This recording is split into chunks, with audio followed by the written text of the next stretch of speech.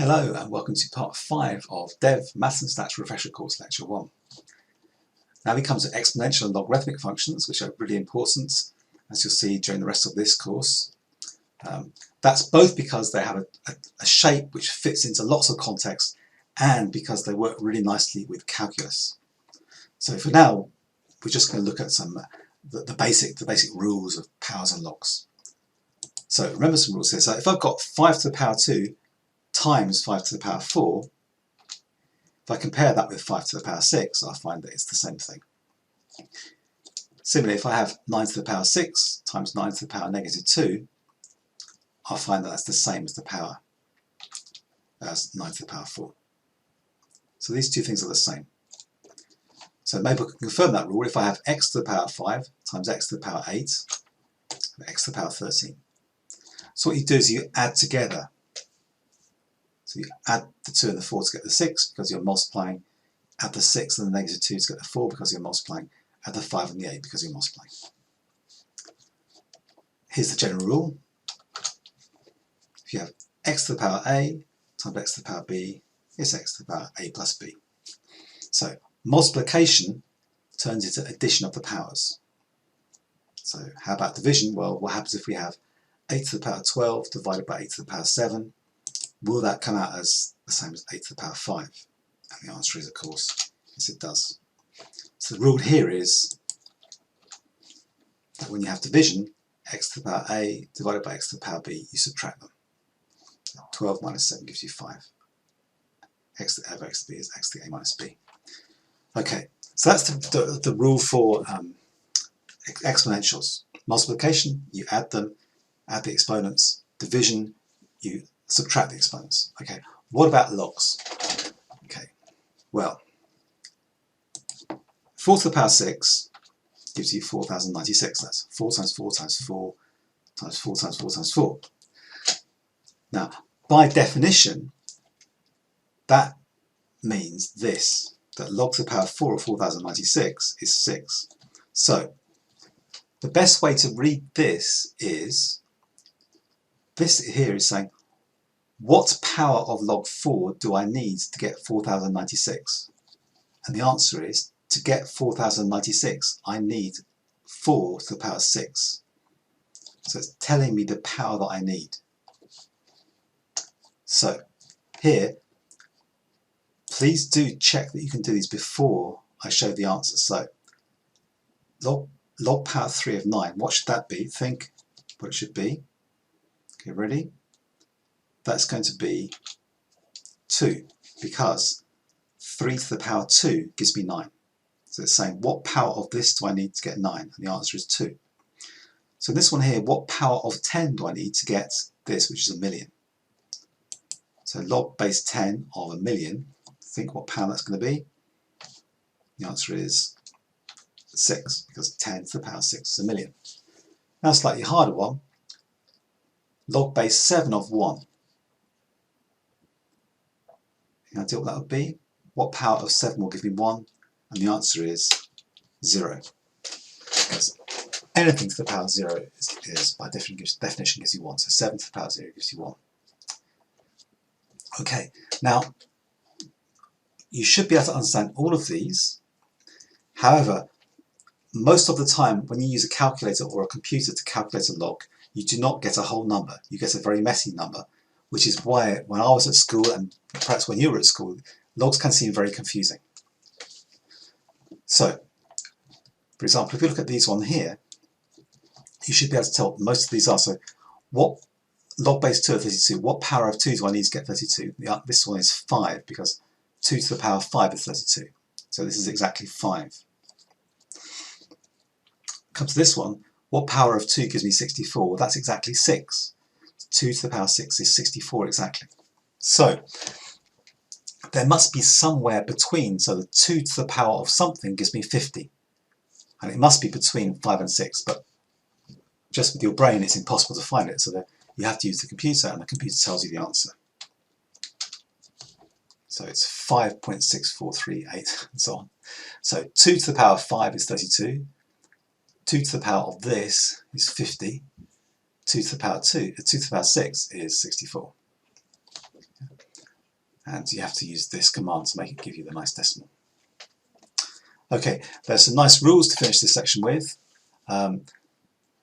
which are helpful, similar to the rules for exponents. So you may follow this reasoning, but if you can't follow this, you can at least remember the rule. But so I'm not going to read through this. I'll let you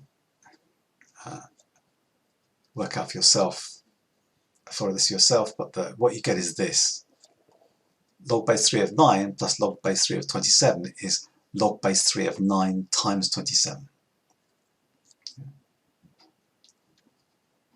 So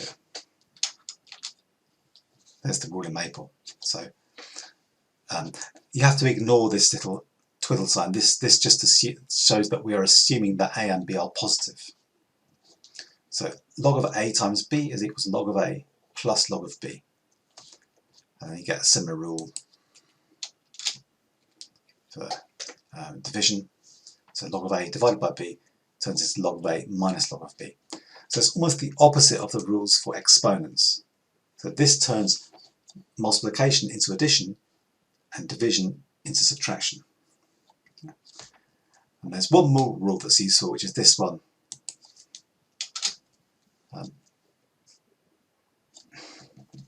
That's not come out very nicely. Let me show you what that should look like.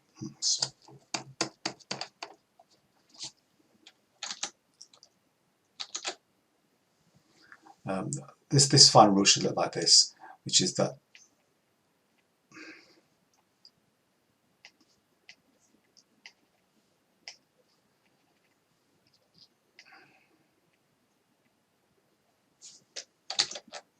record this with using A and M. If you have this, the problem with Maple is it tries to simplify things too quickly. This is equal to M times log base log of A. So log A of M is equal to M times log of A. That's true for any base. So this and the other two rules you'll see a lot, for example in econometrics when you do that in EMD. Okay, so finally the graphs of functions, they're the ones that you see all the time, logs and exponents. So here's some different exponential functions: 2 to the power x, 3 to the power x, 2/3 to the power x. So you might find things like economists have failed to find solutions to the exponential rise in unemployment, debt, poverty, disaster and disease, and they failed to solve the exponential decline and all these good things. So this is exponential rise and decline, which you'll get with these kind of graphs. And for log functions, they look like this kind of thing.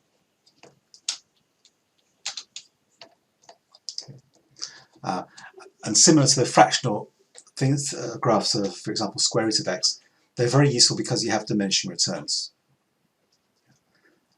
But notice that this part from here, which is actually the point 1, this is very useful for diminishing returns, and many real-life examples of things that behave like this. However, between 1 and 0, it goes down to negative numbers, enormous negative numbers, down to negative infinity.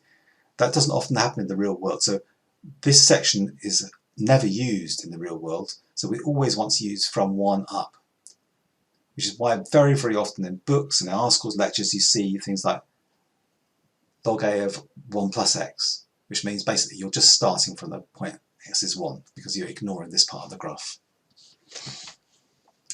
So that's, here we have the exponential functions with only one argument.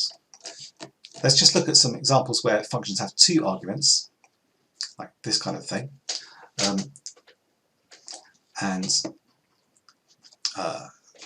We use the example where you have an output function, and output is depending on inputs of 2 things, labour and capital.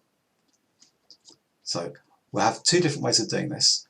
The first way, a linear production function, like this, where y depends on labour and capital. And then here in the second one, y depends on labour and capital again, but it's using a different form of function, which is called a Cobb-Douglas production form, which is kind of an exponential function with 2 variables. So let's just define those 2. Okay, so there's the linear function defined and the exponential function defined. And here are the graphs of these two as they look. So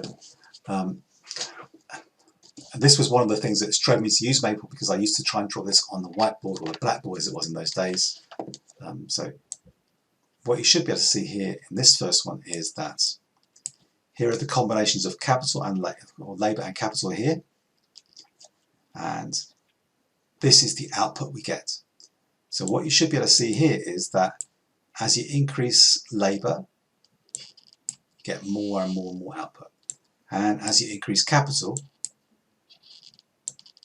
you get more and more and more, because in that direction, as capital increases, it goes up. And you get the same thing in this one here, which is the Cobb-Douglas form. So in this one, when you increase labour, it goes up, increase capital, it goes up, output goes up. But the big difference between these two is that in this one here, if I fix capital at, say, 2 units, so maybe that's my factory I've got fixed, my equipment, I increase labour. So what happens is I'm essentially going along a line like this. So if capital is fixed, I increase labour, and then I go up, my production goes up along this line, and it goes up at a constant rate, which means that I've fixed my capital assets, increasing the input of labour, and output is going up and up and up and up, as you'd expect, but at a constant rate, which is, in a sense, it's simple, but it's not very realistic. This one captures more what we'd expect to happen, which is if we fix capital at 2 here, increase labour, we will indeed keep getting more and more output, but because of this curve, it goes up with diminishing returns. So as I add more and more labour, I get more and more output, but with diminishing returns. Similarly, the other direction, if I fix labour and increase capital, I get diminishing returns. So you do get more and more output, but the marginal difference, the marginal increase in output decreases, so it's more realistic.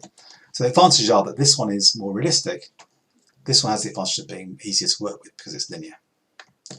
Okay, so those are all the types of functions we'll cover for now. In the next lecture, in the next video, we'll go on to some ways of manipulating these equations. But for now, thanks for watching.